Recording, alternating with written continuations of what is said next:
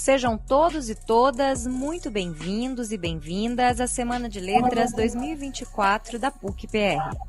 Este ano, nossa jornada será especial, com o tema Entre Linhas e Letras, 60 anos do golpe militar e os seus impactos na educação e na academia, em homenagem a Cassandra Rios. Vamos juntos, entre linhas e letras, construir conhecimento e fortalecer nossas vozes. Aproveite a programação e fique agora com a atual palestra.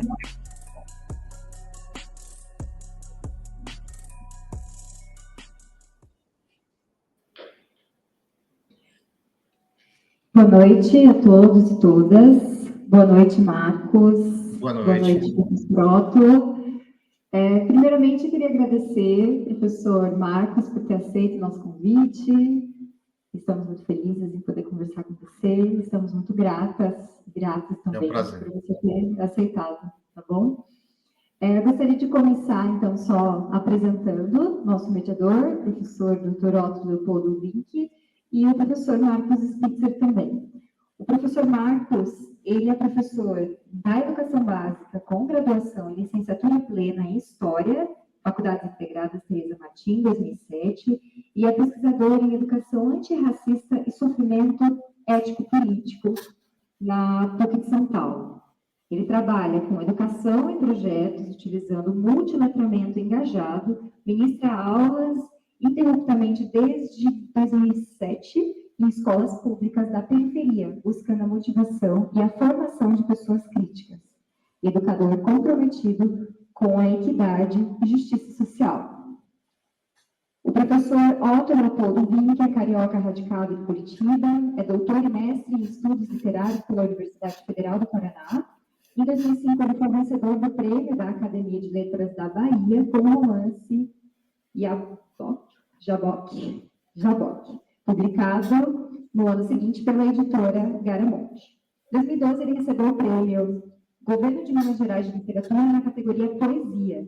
É autor, entre outras obras, de Cosmogonias, 2017, livro de poesia, e Que Fim Levaram Todas as Flores, 2019, romance, ambos pela Copper Editorial. E o seu terceiro romance, o último publicado, né, professor, que é O Forte como a Morte, que saiu no final de 2023 pela Aboio. Então, muito obrigada, professor Otto, por ter aceito também a mediação. E agora eu passo a palavra para a nossa palestra de agora, que se chama Ecos da Repressão. Como a periferia de São Paulo vivenciou e vivencia a ditadura civil-militar.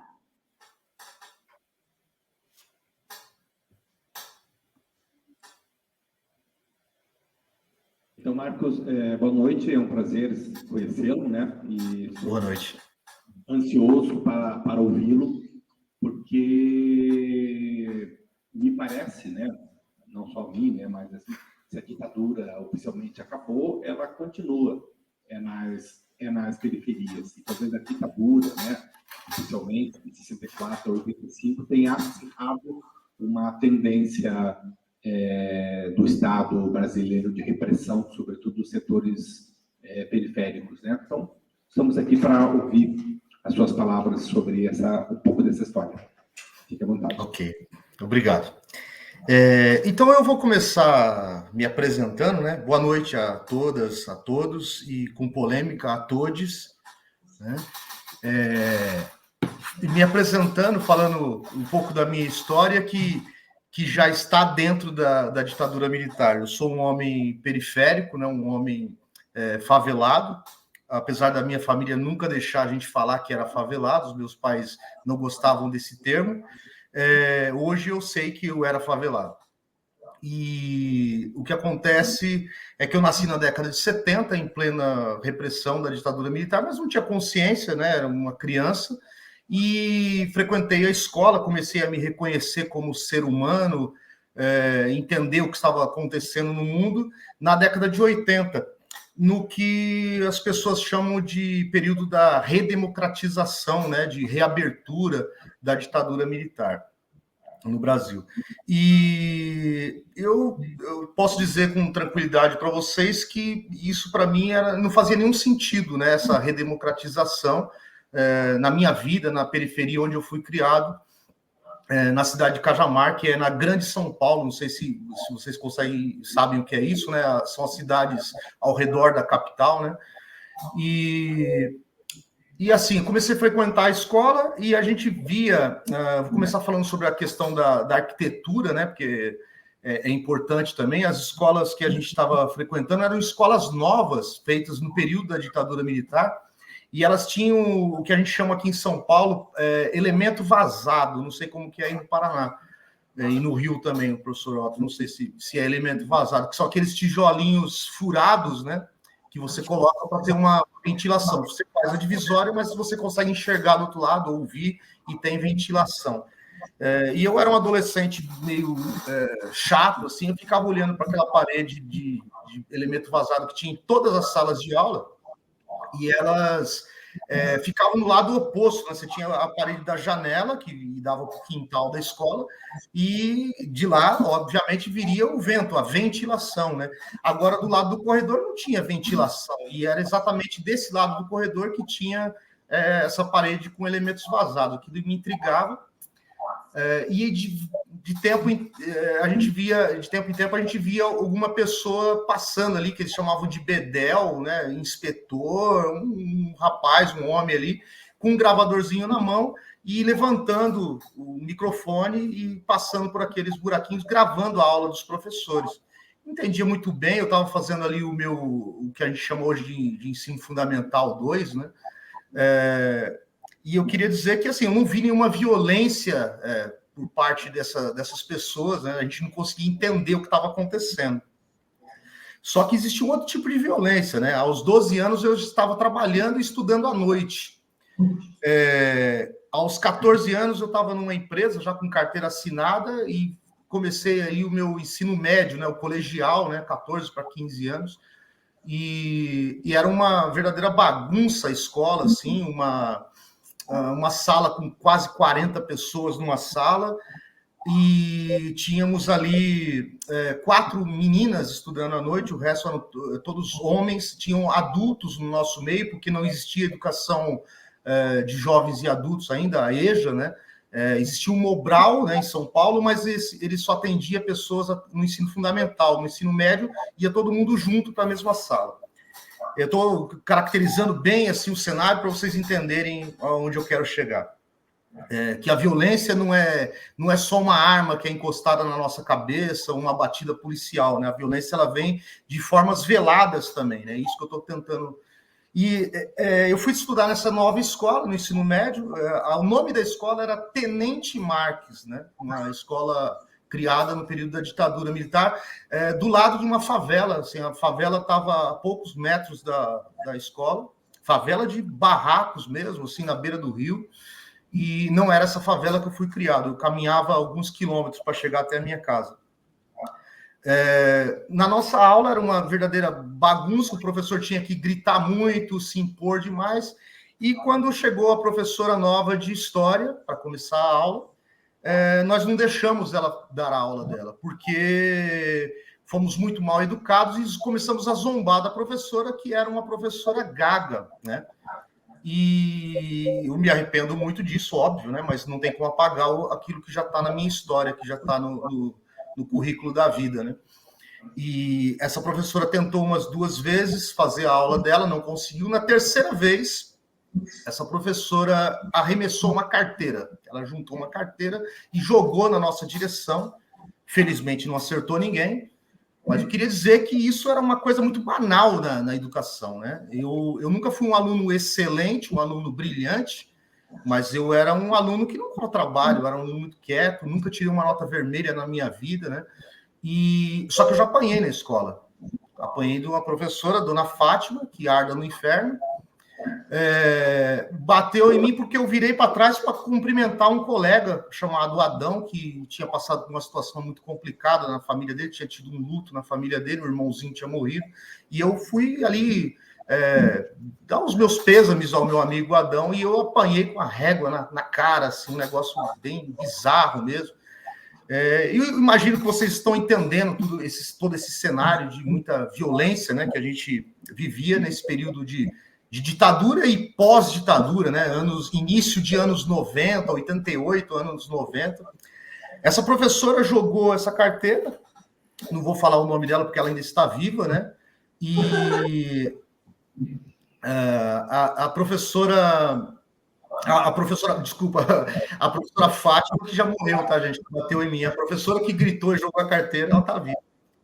Essa professora é gaga, né? E ela falou assim, eu vou passar o slide aqui, depois eu comento o slide anterior. E aqui a frase que a professora falou, educação e repressão. Eu vou contar a vocês como eu fiquei gaga.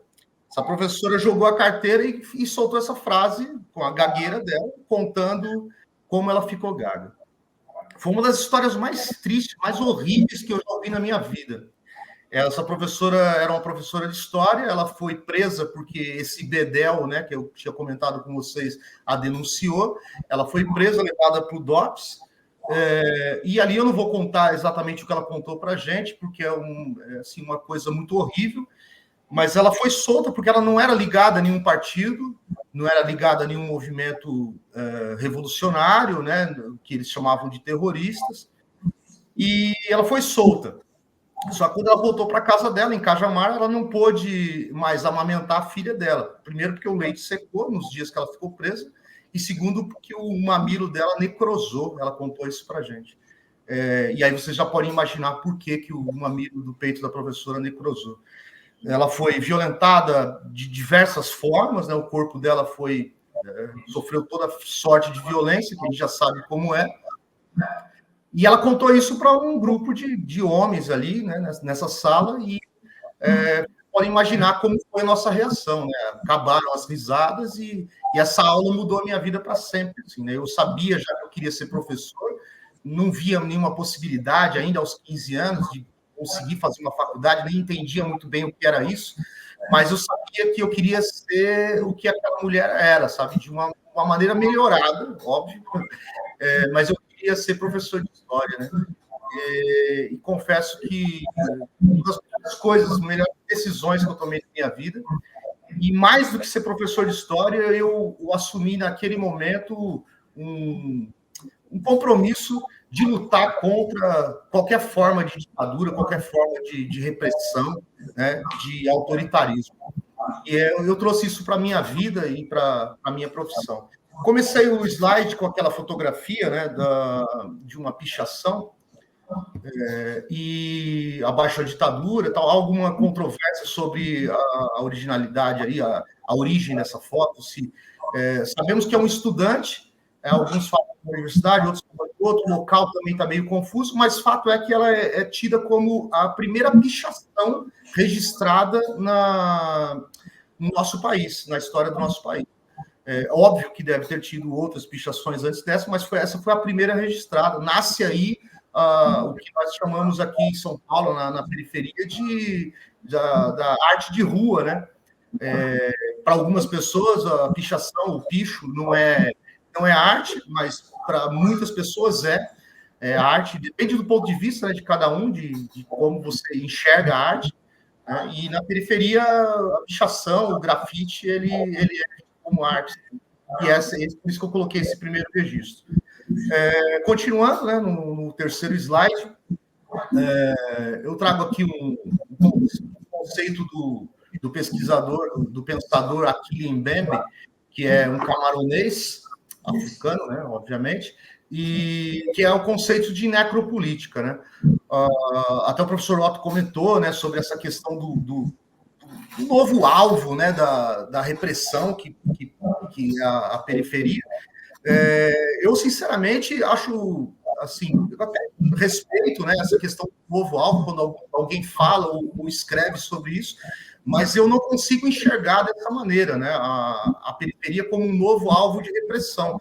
Porque, como eu estudei, né, sobre a periferia, antes de eu existir, eu já vejo que tem essa violência na periferia. Eu convivi na minha infância na periferia durante a ditadura militar e já existia a repressão, e ela continua no período pós-ditadura. Então, assim, eu não acho que é um novo alvo, né, da necropolítica, como aquele me chama, né? A periferia ela sempre foi o alvo da violência de Estado. O Estado violento, ele sempre foi mais violento com a periferia. O conceito do Achille Mbembe, para quem não conhecia, é essa violência vinda do Estado, né, decidindo, né, o domínio sobre os corpos, sobre os espaços, sobre as populações minorizadas, né, e não só decidindo quem vai sofrer a violência, mas também negando o socorro, né, negando o saneamento. Essa necropolítica ela se expande para esse debate. Eu não vou discutir o que é necropolítica, acho que não é o propósito da nossa conversa aqui hoje, mas esse caminho que a gente está pesquisando aqui em São Paulo, essa questão, né? A necropolítica faz parte da nossa base filosófica para a nossa pesquisa. Aí, voltando, né, ao nosso contexto, né, a nossa realidade, eu espero que seja novidade para vocês, porque eu não queria ficar aqui falando sobre golpe de 64, sobre João Goulart, coisas que a gente pode ter acesso nos livros, na internet. Então, eu queria trazer alguma coisa um pouco diferente, um olhar sobre a nossa realidade e alguma coisa que fosse interessante ou novidade para vocês aí do Paraná, né? Porque aqui em São Paulo é novidade, imagino que para vocês deve ser também. Então, o título desse slide é a maior greve do mundo. É reconhecido isso, né, no Guinness Book, não que isso seja grande coisa, mas é reconhecido que aqui em São Paulo aconteceu a maior greve do mundo, que foi mais de 10 anos de greve. Essa greve é chamada por greve / guerra, né, entre pelegos e queixadas. Há um equívoco já nesse título, né, entre pelegos e queixadas, porque é uma narrativa construída pelo opressor, pelo colonizador, pelo patrão, né, pela classe dominante, dizendo que os pelegos e os queixadas estão se degladiando, lutando entre si. E o que são os pelegos e queixadas, né? Havia uma fábrica de cimento, vocês podem ver na primeira fotografia, um pouco, né, sem qualidade, mas se você observar, tem uns fornos assim lá no fundo, com as torres, né, queimando ali. Aquilo é forno de cal e de cimento. É uma fábrica de cimento que tinha aqui na região de Cajamar e Perus, né, que é São Paulo, já na divisa da grande São Paulo com a capital. Considerada por muitos a maior fábrica de cimento que construiu o Brasil, etc., a coisa mais romântica. Fato é que as pessoas viviam nessa fábrica momentos de muita tensão, de muito sofrimento, em plena ditadura militar, né? Inicia-se uma greve aqui no nosso território. Vocês podem ver a passeata dos trabalhadores ali na fotografia ao lado, né, aqui do arquivo do nosso município de Cajamar, do nosso museu, da Casa da Memória. Os grevistas, né, esses são os queixadas, os grevistas são os queixados, os pelegos, eu não sei se aí no Paraná vocês chamam assim também, mas aqui em São Paulo quem fura a greve é pelego, né? Quem é puxa-saco do patrão, quem é pobre de direita, a gente chama de pelego. E queixado é aquele porco, né, que devasta a plantação, que enfrenta o caçador, que enfrenta cachorro, que é um terror na vida das pessoas, que são os grevistas. Foi assim que eles foram apelidados. Então, começou a criar essa narrativa de pelegos e queixadas, só que tiraram um personagem muito importante, que é o patrão, né? O senhor Abdala, né, a família Abdala, que era dona da fábrica de cimento, que estava causando essa greve, essa guerra, esse conflito aqui em plena ditadura militar, a repressão dessas pessoas. Ele foi tirado dessa narrativa, né? Eles falam que a fábrica pertencia aos Abdalas, mas é colocado como se os trabalhadores estão guerreando entre eles, mas é uma coisa, uma reconstrução, né, dessa memória. E partindo do próximo slide, eu coloco, então, a importância desse resgate da memória, não pelos pesquisadores, não pelos intelectuais, né, da academia, mas pelos intelectuais orgânicos, né, pelo intelectual da periferia. Então, assim, mesmo que você seja um acadêmico, mesmo que você esteja fazendo o seu curso, fazendo a sua pesquisa na universidade, como é o meu caso, a gente não pode esquecer que a gente tem que construir esse resgate da memória com o povo, né? E não para o povo. Né? Construir, resgatar a verdadeira história dessas pessoas. E como professor de história, né, eu sinto isso nas minhas aulas, quando eu falo para os meus alunos, né, mostro, por exemplo, essa foto desse slide, que as pessoas estão protestando em plena ditadura militar, que essas pessoas eram presas, torturadas, e mesmo assim elas enfrentavam a polícia, elas iam para melhorar a condição de vida delas.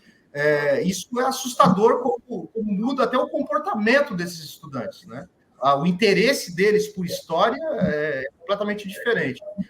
Alguém pode perguntar sobre o que é o mapinha no canto? Gente, ele é só ilustração, não fiquem bravos comigo, tá? Eu sempre podia ter colocado um mapinha de Cajamar aí, mas eu não encontrei, ficou essa coisa simbólica aí.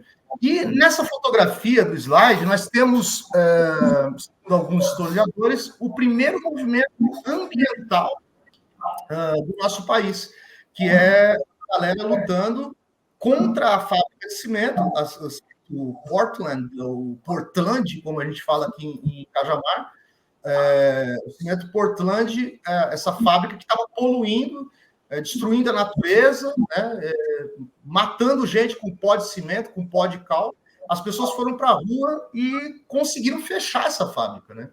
E hoje a fábrica ela é um território de disputa, tanto por especulação imobiliária, por herdeiros da fábrica de cimento, só que acontece um movimento muito bonito ali na região. Essa fábrica que está tendo essa ocupação, ela fica no bairro de Perus, e há uma ocupação por movimentos sociais, por movimentos de estudantes, por quilombolas, por pessoas do movimento negro, por movimento de rap, hip hop.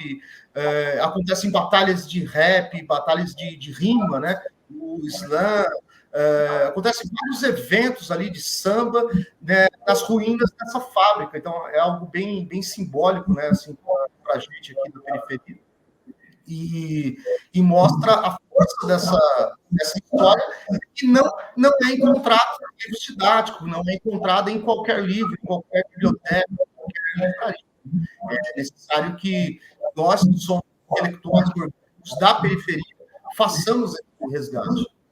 E, partindo para o último slide aqui, eu coloquei o título de Ditadura Nunca Mais.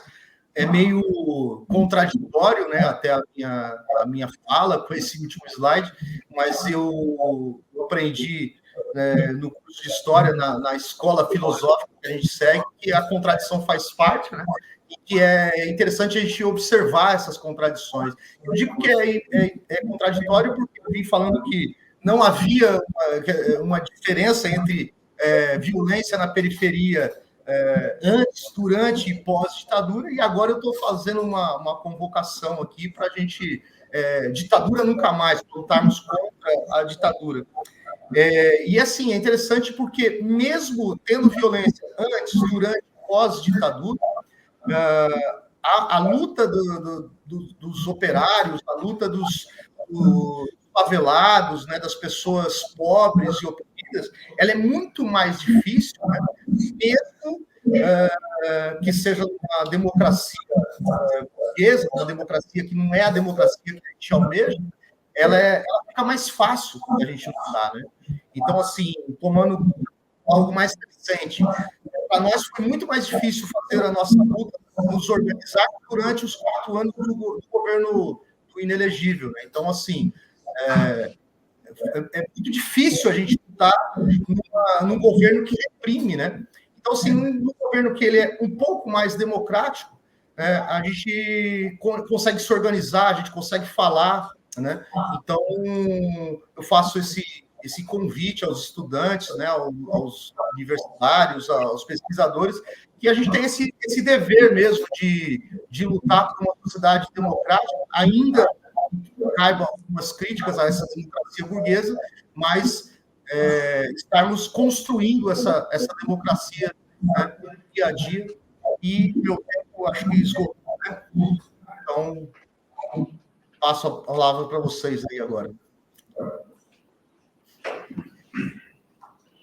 Muito legal, Marcos, a sua fala, né? Porque geralmente a gente, quando escuta, quando lê, quando estuda sobre a ditadura militar, geralmente a gente esquece das periferias, como se a luta tivesse acontecido só no centro, com estudantes de classe média, com a classe média contra a ditadura, esquecendo que essa opressão das periferias já vinha de antes, continuou, se aprofundou e continua, né? Eu queria te perguntar, você que é professor, né, na escola básica, né, sobre essa onda, né, do governo do inelegível, né, que continua, né. Nós estamos aqui no Paraná com um estado bastante conservador, para dizer o mínimo, né, bastante reacionário, que tem a Raposana como governador, e essa onda, esse fetiche pelas escolas cívico-militares, não apenas é um tecido da ditadura, mas há um verdadeiro fetichismo do militarismo, como se o problema da educação fosse só disciplina. E parece assim, isso está enraizado no senso comum. Você conversa com, digamos, pessoas do povo, acham assim que precisa mais disciplina, mais repressão, mais ordem. Como fazer para desconstruir esse senso comum? Como fazer assim, no seu trabalho com os estudantes, com os seus alunos e as suas alunas? Como fazer? Sobretudo os pais, né? Os pais têm muito assim, com esse medo do mundo, da violência, acham que apenas basta botar o filho, a filha numa escola com disciplina que vai resolver. Como fazer para desconstruir essa ideia? Então, eu acredito assim que nós temos um grande erro, né? Nós cometemos um grande erro, nós, que eu digo, nós de esquerda, pessoas que estavam na luta antes que essa onda fascista tomasse o Brasil, nós cometemos um erro de desprezar a fé, né? Desprezar a religiosidade da periferia, né? Isso eu acho que é um dos pontos que a gente tinha que se atentar. E a gente está discutindo isso aqui na PUC São Paulo também, sobre essa questão da religiosidade, né? Os intelectuais de esquerda, eles assumiram um papel de ateus, um papel de negação da fé, né? Eu lembro até de um pensador peruano, né, o José Mariátegui, que eu gosto muito dos textos dele, e ele falava de resgatar a espiritualidade, a religiosidade dos povos ameríndios, e ele foi muito criticado, né, pelos marxistas europeus e por aqueles que seguiam uma linha mais ortodoxa, assim, e eu percebo que o Mariátegui não estava errado, né? A gente tinha que reconstruir aí, na nossa maneira, essa visão, essa filosofia. E, assim, nós cometemos esse erro de deixar a religiosidade na mão dos fascistas, né? Eles entraram nas igrejas evangélicas, fizeram um trabalho incrível, né? Tem que tirar o chapéu para eles, como eles deram voz para as pessoas dentro da linha de raciocínio deles, dentro das periferias, ouviram as pessoas oprimidas em sofrimento emocional, deram uma cesta básica, coisa que a Igreja Católica fazia no passado, e algumas igrejas evangélicas também faziam, e, inclusive, eu sou, né, fruto dessa religiosidade, eu tive contato com música clássica, com teatro, até com uma literatura mais refinada, acho que a gente pode chamar assim, dentro da igreja, né? E aí, de repente, a gente vai para a universidade e começa a questionar tudo isso e falar mal, né? Eu acho que o primeiro ponto foi esse, né? O nosso erro foi esse. Eu acho que, não sei se é só esse o caminho, eu acredito que não, né? Mas eu acho que uma das coisas é resgatar isso, né? Ouvir o povo, né? Caminhar com o povo. E não pode desconsiderar algumas características desse povo, né? Que, no caso, eu estou falando da religiosidade, mas tem muitas outras coisas, né? Por exemplo, é muito comum também os acadêmicos questionarem o funk, né? O funk dominou a periferia. E aí você ouve os professores falando muito mal do funk, né? Falando assim, coisas assim horríveis sobre quem escuta funk. Eu não gosto de funk, mas eu estou repensando, né, essa questão do funk na periferia. Não dá para a gente simplesmente falar para os nossos alunos não escute funk, que isso é uma coisa ruim, né? Que isso é uma coisa atrasada, arcaica, e colocar esses rótulos, porque os alunos eles vão continuar escutando funk e, de repente, os fascistas vão entrar também no funk e vão pegar esses garotos para eles, né? Então, não sei se eu respondi, professor, a sua pergunta, mas... Inclusive, alguns empresários do funk estão demonstrando, querem apoiar o Pablo Marçal, né? Então... Em São Paulo, né? Outra coisa absurda, né? Mas, realmente, né, esse seu comentário me lembra que o marxismo via Europa é outra realidade lá, né? Deus morreu, foi lá na Europa, no século XIX. Aqui na América, na África, na Ásia, é outra questão. Então, não dá para importar um problema do centro do capitalismo para as periferias. Pelo contrário, deveríamos usar a força e o apelo da religiosidade, da espiritualidade, através de matriz ameríndia e africana, na luta de resistência. É muito difícil, assim, você que não tem nada, lutar sem acreditar no transcendente. Me lembro do comentário, né, de alguém falou, assim, uma liderança africana, falando assim, né, vocês vêm para cá dizer que Deus não existe, mas como você quer matar os nossos deuses? Como é que vai lutar sem essa esperança, né? Mas isso é um trabalho complicado hoje em dia, né? Como você comentou, né? O fascismo, o discurso fascista dominou via religião, via as igrejas neopentecostais, dominou as periferias de maneira muito inteligente, porque como fazer o pobre defender interesses contrários, defender ideias contrárias aos seus interesses? Como fazer o pobre ser contra o SUS, ser contra a saúde pública, por exemplo? Tem que dizer que o SUS é aborteiro. Tem que colocar, para fazer o pobre ser contra seus interesses, você tem que colocar esse discurso fundamentalista.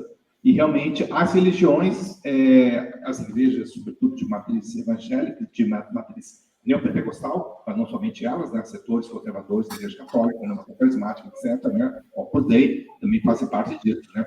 Então, é algo bastante complicado, né? Nós perdemos muito terreno nisso, né? Nos governos Lula 1 e 2 houve bastante inclusão, mas não houve conscientização. Muita gente passou a ir para a universidade, que nunca tinha ido, mas não houve necessariamente conscientização disso. Então, esses poucos direitos conquistados, quase que perdemos completamente. Porque eu me lembro, assim, eu acompanhei todo esse processo, né? Então, alguns alunos que entraram, por exemplo, pelo ProUni, achando que era apenas mérito. Mas, para ter mérito, tem que ter essa bolsa, tem que ter essa porta. E essa foi uma decisão política. Se não houvesse essa decisão política, esse estudante não teria condições de estudar aqui na PUC, por exemplo. Houve anos que 99% dos meus alunos eram prounistas, mas nem todos tinham essa conscientização que isso era fruto de uma luta política, e que não é algo conquistado, como nós vimos nos governos Temer e do inelegível, por pouco que não perdemos tudo. E ainda temos esse fantasma, né? Daqui a 2 anos, quem será que pode vir, né? O fantasma do fascismo, onde não somente o Brasil, mas todo mundo. É um trabalho complicado. Mas muito interessante, né, esse documentário sobre essas formas de resistência, né, que a periferia resiste desde Canudos, desde sempre, desde os quilombolas, desde os escravizados, desde dos indígenas. É uma luta que persiste, né? Desde que o Brasil foi invadido, e que hoje as lutas se manifestam nas periferias, muitas vezes sem necessariamente uma conscientização muito clara, né? Isso é algo em disputa, né? Mas há essa força, sobretudo nos movimentos como o rap e o hip hop, o funk também, essa força de resistência, né? Alguém tem algum comentário para fazer alguma pergunta?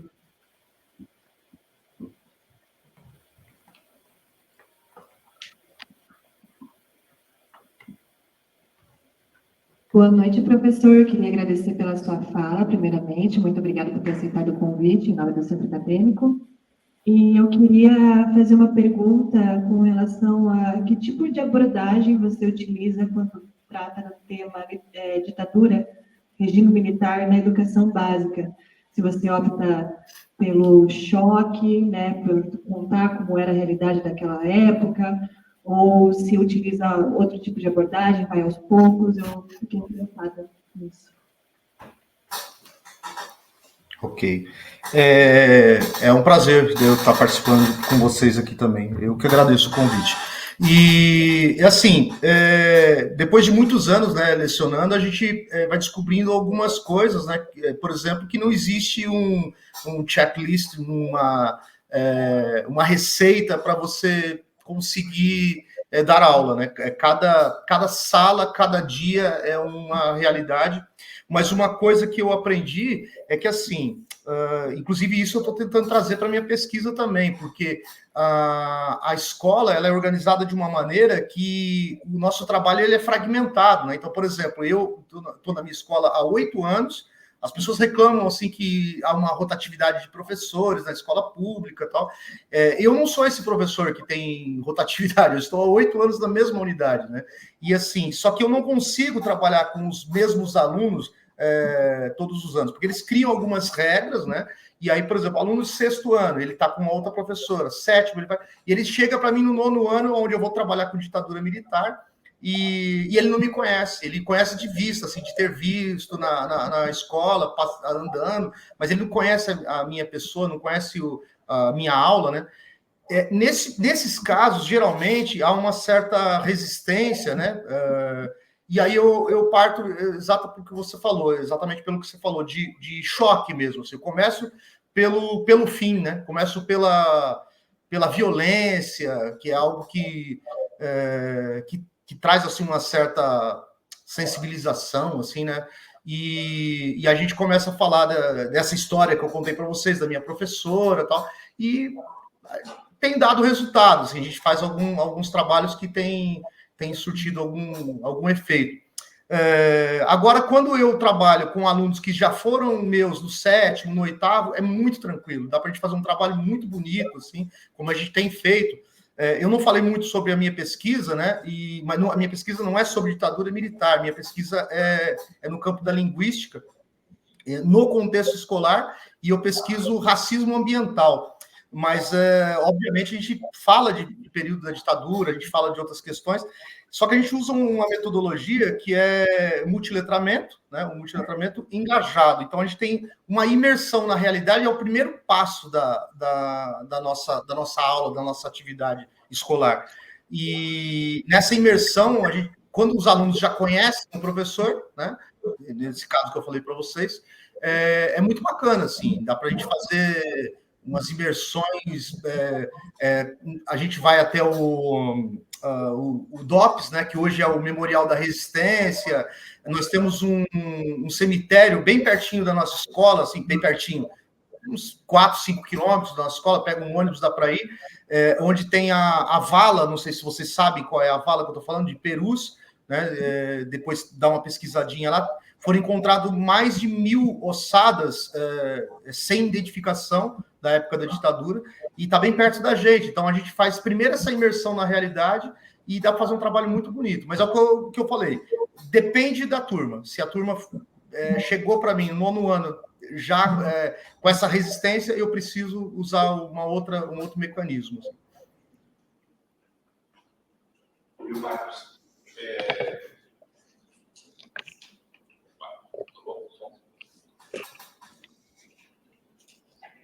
Opa! Me parece, não sei se você tem essa impressão também, há 20 anos atrás, ao falar numa sala de aula sobre ditadura militar, havia um consenso que é um período ruim. De 10 anos para cá, de 15 anos para cá, 5 anos atrás, você já tem que pisar em ovos. É impressionante, né? Como nós esquecemos, como somos desmemoriados, como nós não fazemos, né? Não há, por exemplo, raríssimos ou raros, por exemplo, memoriais sobre a escravidão, sobre a ditadura militar. Aqui nós tivemos um grande centro de prisão e de repressão que foi desmontado. Tiveram a ideia de fazer um memorial, mas não fizeram. Não há em Curitiba um memorial. Há um memorial do Holocausto, mas não há um memorial das vítimas da ditadura, da escravidão. Então, há 20 anos atrás, você falava sobre a ditadura, havia consenso de que foi um período ruim. Agora já é algo difícil, você tem que pisar em ovos. O fato de ser contra uma ditadura militar já te caracteriza como comunista. Esses dias eu dei uma atividade lá na Universidade de Ponta Grossa e voltei, né, com um motorista da universidade conversando sobre serviço público e tal, como é importante ter universidades públicas. Aí o cara, ele concordou comigo, um senhorzinho já, 60 e poucos anos, não que não esteja muito longe disso, mas eu perguntei assim, e o reitor? Não sei, parece que ele é comunista, ele é esquerdista. O cara nem é comunista, eu conheço ele, não é? Só que uma vez, num evento público, ele falou assim que a ditadura não volte mais, bateu na mesa, por causa disso, ele ficou com fama de esquerdista. Então, como as coisas mudaram, como a gente tem que pisar em ovos, né? Como perdemos terreno, né? Então, é tão óbvio que a ditadura é uma coisa ruim. De maneira especial, a ditadura militar foi ruim no Brasil, né? E os resíduos dela continuam tóxicos no Brasil. Essa militarização, essa polícia militar extremamente violenta, mas o óbvio a gente já não é tão óbvio para muita gente, né? Então nós perdemos bastante terreno, então, mesmo na escola pública temos que pisar em ovos, né? Com medo assim, do nosso emprego, de nossa empregabilidade, algo que não deveria ser assim, né? Sim. Eu queria fazer um comentário, né, e convidá-los para conhecer o nosso projeto de extensão da PUC São Paulo, que se chama Projeto Brincadas. Né? Esse projeto, não sei se vocês conhecem, mas é um projeto que surgiu no contexto da pandemia. Ele era online e hoje ele é presencial, para dar apoio mesmo a pessoas em sofrimento, né? E hoje a gente usa esse grupo para discutir esses temas espinhosos, esses temas melindrosos, né, que as pessoas ficam cheias de dedos, né, para discutir. E a gente tem usado uma estratégia assim, nessas imersões, a gente não vai falar de ditadura militar, mas a gente cria, por exemplo, numa sala, uma situação de opressão, uma situação de ditadura, e coloca esses estudantes ali, onde eles não podem falar, onde eles não podem dar opinião, e aí é onde a gente parte dessa imersão, né? E depois, né, que eles sentiram como é ruim uma ditadura, né? Onde só uma pessoa comanda, só uma pessoa manda, né? E aí a gente parte, então, para esse segundo momento do nosso encontro, né? Onde eles vão descobrir essa literatura, a leitura, vão falar e a gente nunca pega o tema muito genérico, né? Então, no último encontro nosso, nós falamos sobre violência contra a mulher. Então, assim, dá para discutir, dá para falar de ditadura, dá para falar de muitas coisas, só que, como o professor Otto falou, assim, com muito cuidado para não ofender, né? Para não espantar a clientela, né? E os jovens têm gostado, eles têm participado, eles fazem questão de ir, eles vão até a PUC, é cansativo. A gente faz os encontros aos sábados, né? A gente sai umas 8 horas, assim, tem uma galera que sai bem antes, porque eles vêm de lugares mais longes, e a gente fica até 2 da tarde, chega 3, 4 da tarde em casa, e mesmo assim eles não faltam, querem participar, né? E eu acho que esse é um caminho, assim, eu convido vocês a conhecerem o nosso projeto, né? E de repente tiver alguma coisa online também para vocês participarem.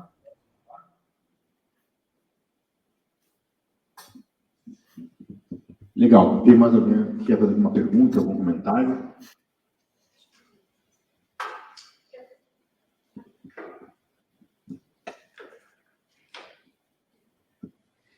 Boa noite. Como o professor Otto falou, está tendo muito essa questão de tudo ser taxado, né, de ser comunismo, esquerdismo, tanto por essa crescente. Eu acho que é mais uma visão ignorante, né, no sentido da palavra. Mas a gente tem visto muito jovens, adolescentes que estão aparecendo com pensamentos muito conservadores, de extrema direita, né, ainda mais com essa crescente do funk neoliberal, que são os funkeiros que estão apoiando o Pablo Marçal, por exemplo. E eu queria saber como que o professor tem lidado com isso, ou se você já lidou com casos assim. Sim, então nós estamos tendo problemas nesse momento na nossa escola, uma coisa assim que não sei como que é aí para vocês, mas para a gente foi uma coisa que arrepiou os cabelos aqui. Um garoto com traços negros e ele faz parte de uma, não sei como é que chama isso, mas é um grupo neonazista, uma célula neonazista, isso online, né? O pai descobriu isso e detalhe, ele era um dos meus melhores alunos assim de história, né? Ele é meu aluno até hoje. Ele é um dos melhores alunos da questão de conteúdo, ele discutindo ali o que era nazismo, o que foi o Holocausto, e eu não percebia, né, certa ironia na fala dele e tal, e ele tem umas postagens assim horríveis no Instagram e tal, participando desses grupos que dissemina ódio a homossexual, a negro, e assim, sinceramente, nós não sabemos como lidar, né? Essa é a grande verdade, assim. Ele está na minha aula, eu tento não espantá-lo e tento mostrar para ele que é uma bobagem isso que ele está fazendo, mas sem falar dessa maneira, né? Eu não mudo o meu discurso, eu continuo falando contra a ditadura, e eu tenho uma vantagem, né? Assim, quando me chamam de comunista, isso para mim é um elogio. Então eu falo isso para eles. O professor Marcos, o meu apelido na escola é comunista, até entre os professores. E isso começou com uma brincadeira, eu não acho ruim, pode me chamar de comunista, que isso para mim, eu tenho camiseta com foice, martelo, camiseta que você olha e você vai ver que eu sou um socialista, que eu sou um comunista. Eu sou utópico, eu acredito numa sociedade melhor e acredito nessa luta, né? Então eu tenho essa vantagem, né, de não me ofender com essas bobagens, só que eu também não sei como lidar, né? A gente não sabe como lidar com essa pessoa, porque mostra assim, uma certa, como a colega falou, uma ignorância mesmo, né? Então, como que você vai trabalhar essa ignorância? Então você tem que trabalhar com ciência, né? Mostrar que aquilo é uma bobagem, que não existe raças humanas, né? Puxar para a ciência, mostrar o lado da ciência. Eu trouxe uma aula nessa semana para eles, e a gente falando sobre as questões climáticas. Daí falou assim, suponhamos que esteja acontecendo o aquecimento global. Ele me solta uma dessas. Eu falei, filho, isso é ciência. Né? Então, não dá para aceitar esse discurso, suponhamos. O aquecimento global não é suposição, né? A Terra, ela não é uma suposição que ela é redonda, né? Então, assim, tem que trazer ciência e infelizmente, a gente não muda o mundo, né? Nós somos limitados, enquanto professores, enquanto educadores, a gente vai até onde dá, né? Deixa eu fazer um comentário para a gente concluir, que logo depois tem outra atividade, outra mesa. Comecei ontem a ler esse livro aqui, Juventude Sem Deus, do Otto von Horvath, é um autor húngaro. É impressionante como o cenário atual é muito parecido com o cenário da ascensão do fascismo. É um professor alemão, dos anos 30, que, numa atividade de redação, um aluno escreve assim, que os negros são inferiores e vagabundos. O professor faz um comentário que isso é uma besteira. Toda a turma fica contra o professor, o diretor da escola, o pai de um aluno vem conversar com ele, e como essas características, né, esse movimento de rebanho, todo mundo pensando igual, como isso é assustador. Lendo histórias, né, sobre a ascensão do nazismo e do fascismo, a gente treme, porque a gente vê muitas semelhanças. Né? Apesar que passam vários anos do Holocausto, da guerra, e tantas tragédias que essas ideias supremacistas e racistas causaram, ainda nós temos que lidar com esses fantasmas.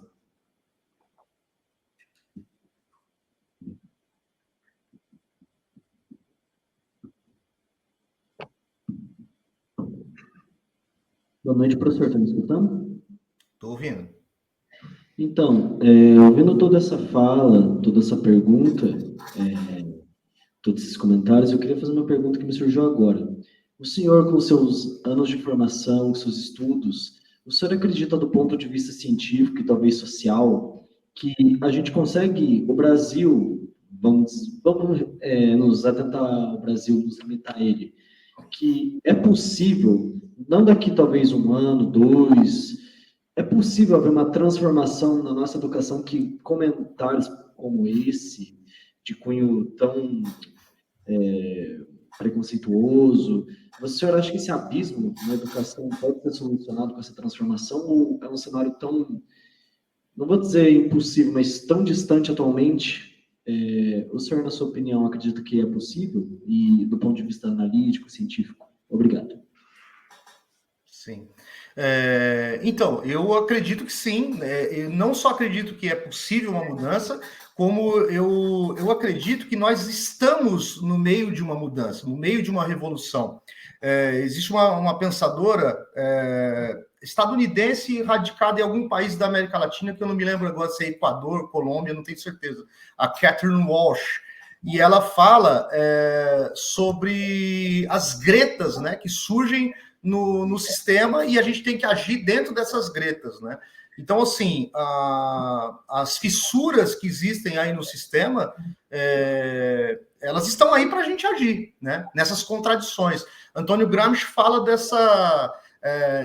desse momento onde ainda não nasceu o novo, né? Só que o velho está morrendo. Ele está se referindo ao sistema capitalista. O velho está morrendo, só que o novo ainda não nasceu. E nesse claro escuro surgem monstros, né? Então, o que nós estamos vendo nesse momento são esses monstros, né? O capitalismo acionando o seu botão de emergência, que é o fascismo, são as violências, né? Contra aqueles que lutam. E eu acredito que isso mostra que a gente está do lado certo, né? Mostra que a gente está numa revolução, a gente está semeando, como diz a Catherine Walsh, semeando nessas fissuras, e talvez, como você mesmo disse, eu acho que a gente não vê, né? Talvez a gente não vai perceber ou ver alguma mudança, né? Mas ela já está acontecendo. E assim, como historiador, eu vou dizer para você uma coisa óbvia, né? Eu acabei de contar para vocês que eu apanhei na escola de uma professora, que eu falei, que arda no inferno, Dona Fátima. Ela me deu uma reguada no rosto. Isso assim, não é, isso era comum, né? Eu não contei para minha mãe o que aconteceu na escola, de medo de apanhar da minha mãe em casa, porque ela ia dar razão para a professora. Hoje, isso mudou. Então, assim, tem problemas, tem contradições na escola, mas estamos no meio de uma mudança, no meio de uma revolução, né? É nesse contexto de ditadura que surgiu um dos maiores pensadores de todos os tempos da educação, que é o Paulo Freire, né? Alguns não querem dar esse título para ele, mas é um dos autores mais citados no mundo. Então, assim, onde surgiu? Quando surgiu? Por que surgiu? Nessa contradição. Nesses momentos. Nós estamos num momento de revolução, num momento de mudança. E na educação eu vejo isso, eu sinto isso, né? Quando eu comecei a dar aula, mais um exemplo, só para encerrar minha fala, minhas alunas tinham que alisar o cabelo, porque era padrão, cabelo liso. As diretoras exigiam que as meninas alisassem, ou prendessem, ou escondessem o cabelo afro, né? Hoje a gente ajuda a empoderar essas meninas, a gente faz sessão de fotografia para mostrar o cabelo afro dessas garotas, né? Então, assim, são 20 anos depois, né, dessa situação, mas nós estamos vendo algumas mudanças, sim. Então, acho que a gente tem que ter um olhar mais paciente, né? A história, ela não... o tempo da história não é o nosso tempo, né? Então, assim, talvez a gente não veja grandes mudanças, mas ela está acontecendo se a gente analisar o passado com mais cuidado. Assim.